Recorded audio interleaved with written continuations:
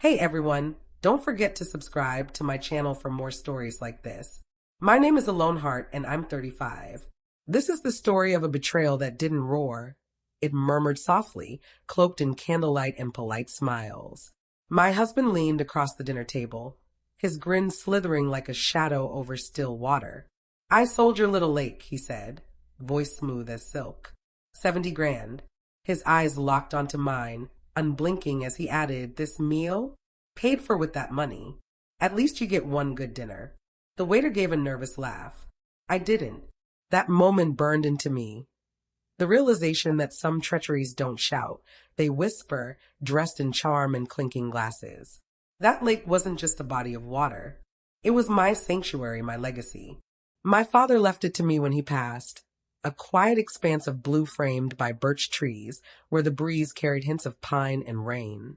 When life grew too heavy, I'd sit by its edge, barefoot, letting the gentle waves carry my thoughts. It was my peace, my heritage, my truth. And he'd sold it. Across the table, his tie hung loose, his eyes gleaming with smug pride. You should be grateful, he said. That land was just sitting there. I turned your nostalgia into profit. Profit. His God. My throat tightened, words trapped like stones. He raised his glass, toasting to smart deals and fresh starts. Fresh starts. Did betrayal always sound so effortless? Then his phone buzzed. Once, twice, 3 times. With an exasperated sigh, he answered, putting it on speaker without a care. A man's voice erupted, sharp and furious. Why are the authorities at our office? What did you sell us? The restaurant seemed to hold its breath. His face paled, the color draining like water from a cracked glass. What? He stammered. What are you talking about? But the call cut off. He turned to me, his voice trembling with something close to fear. What did you do, Alone? I folded my napkin deliberately, smoothing each fold like a farewell. I said nothing, just watched the candle flicker, its flame steady and unyielding. Some fires don't need kindling. They ignite in silence. His hand shook as he reached for his drink, the first crack in his polished confidence. Stop staring at me like that, he muttered. You're always so theatrical. The sale was legal. He said it as if convincing himself. I tilted my head, studying him like a stranger wearing my husband's skin. Did you check whose name was on the deed? I asked, my voice soft but sharp. He frowned. It was mine. You signed it over years ago. A polished lie, delivered with ease. But before I could reply, sirens pierced the restaurant's soft jazz, growing louder, closer. Heads turned, forks paused. Red and blue lights flashed through the windows, painting our reflections in gilt. He stood abruptly, his chair screeching against the marble floor. Alone, what did you do? I stayed seated. Nothing, I said quietly. I just stopped ignoring what you did. 2 men in dark coats entered, brushing past the hostess as one flashed a badge. Mr. Hart, the taller one, said, we need to discuss a fraudulent land sale. Every eye in the room turned to us. My husband sputtered, there's been a mistake. But his voice cracked when the officer added, the environmental authority says it's protected wetland. You sold restricted land under false pretenses. The air itself seemed to pause. He looked at me, realization dawning, not that I'd called them, but that I'd known. You set me up, he whispered. I leaned closer, my voice barely audible. No, you stepped into it. The officers escorted him out as the candle's flame sputtered out, its smoke curling like a quiet exhale. The man who sold my piece lost his own. The restaurant door closed behind him, leaving a silence louder than the sirens. Whispers rippled through the room, some discreet, others relishing the drama. I stayed, tracing the rim of my untouched wine glass. It quivered slightly, not from fear, but from freedom. When I stepped into the night, he was in the back of a black sedan, lights flashing across his ashen face. Our eyes met through the window, his wild with panic, mine steady with truth. He mouthed, why? I didn't answer. He wasn't ready to hear it. At home, the house felt empty, his jacket hanging by the door like a ghost clinging to old habits. I went to his study, his fortress of secrets, and opened the locked drawer. The key was where he'd hidden it, taped beneath the desk, assuming I'd never look. Inside were sale documents, contracts, and an old manila folder in my father's handwriting. I froze. It wasn't just the lake's deed. It was a sealed letter, fragile with age, addressed to me, a lone heart, formerly yellow and Ninsley, stamped with my father's blue wax seal. My hands trembled as I opened it. If you're reading this, Ellie, I'm gone. The lake is more than it seems. Beneath it lies the archive, proof of what the old company did to this land. Protect it, my girl. It's yours, and it's worth more than gold. I read until the words blurred. So that's why he wanted it. He hadn't just sold my lake. He'd tried to sell my father's truth. The phone rang. Unknown number. A familiar voice said, "Mrs. Hart, you might want to sit down. The buyer isn't who you think." The line went dead. The story of my father's lake was only beginning to rise. I sank into his chair, his throne of deceit, still faintly scented with his cologne and arrogance. The sale folder lay open, his bold signature beside the buyer's, Alden and Associates. The name stirred a memory. Alden. I pulled my father's old journal from a box under the desk. He'd written about Richard Alden, an industrial developer who tried to buy the lake 2 decades ago. The same man whose company poisoned the valley streams and hid the evidence, the man my father fought to expose until his final days.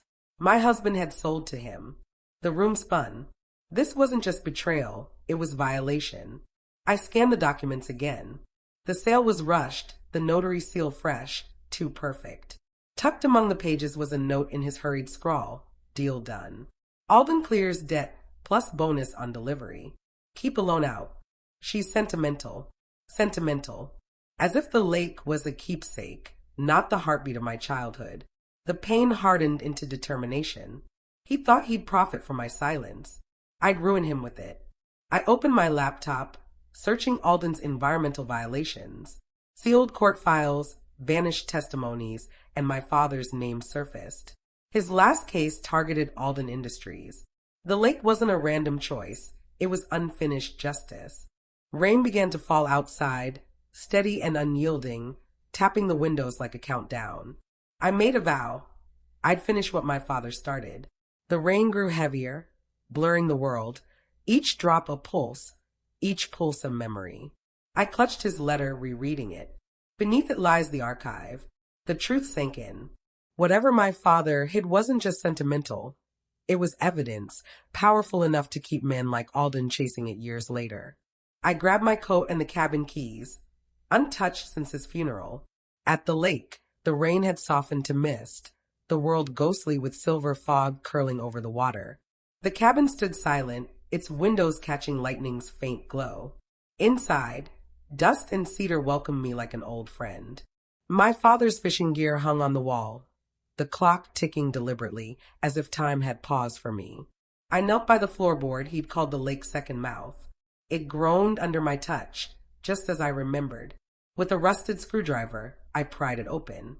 There it was, a steel lockbox wrapped in oilcloth, labeled Case 1998. My hand shook as I lifted it out.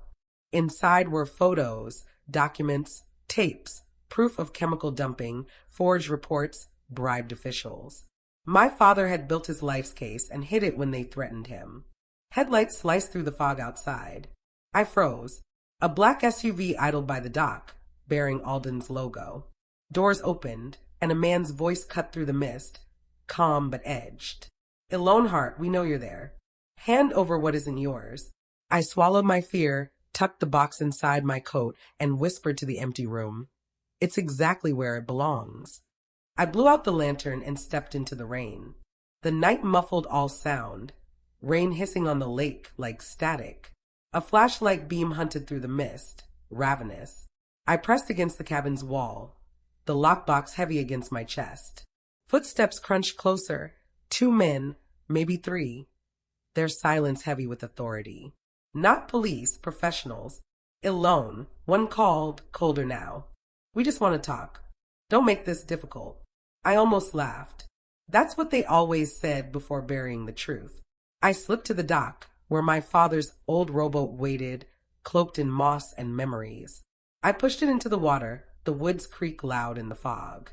A flashlight swung toward me. There, by the dock.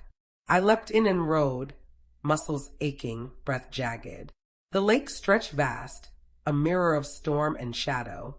Each stroke felt like rebellion, breaking free from his lies.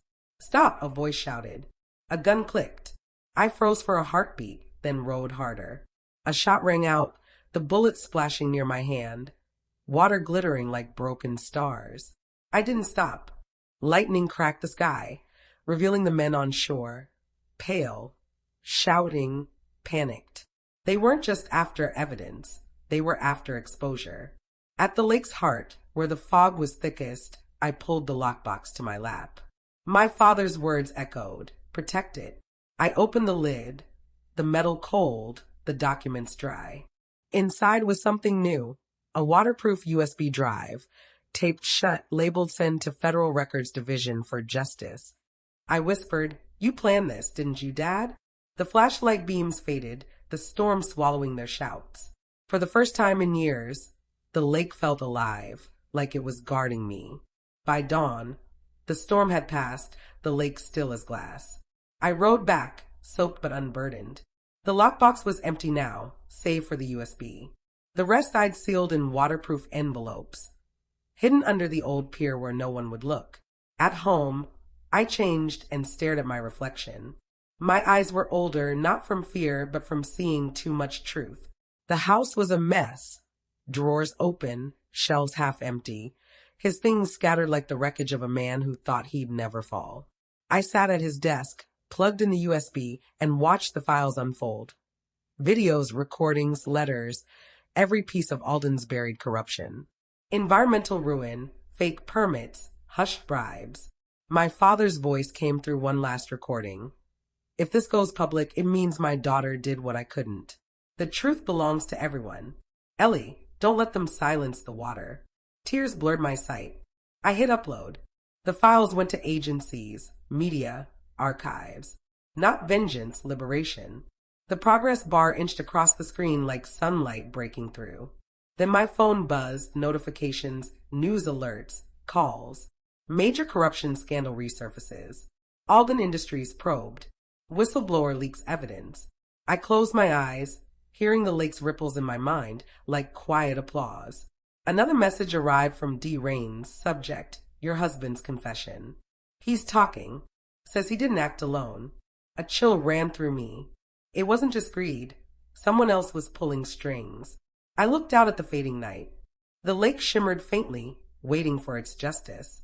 A week later, Alden Industries was under federal scrutiny, assets frozen, executives facing charges for decades of lies. My father's name, once slandered, was now honored on the news. The late Edward Ninsley, who tried to warn us. My husband sat in a cell, stripped of his swagger. His lawyer begged me to visit, to help him explain. I didn't. I'd heard enough over candlelight. Instead, I returned to the cabin. The air was still, the lake mirroring the clouds perfectly. No lies, just peace. I knelt by the dock, letting a single lily drift onto the water. "Dad," I whispered, I kept it safe. "It's yours again." My reflection floated beside the flower, calm, transformed, not the woman who once shrank under his smirk, but the one who outsmarted his greed. My phone buzzed once more. From the authorities, subject, property rights restored. "The lake is yours again." I smiled, not with victory, but with serenity.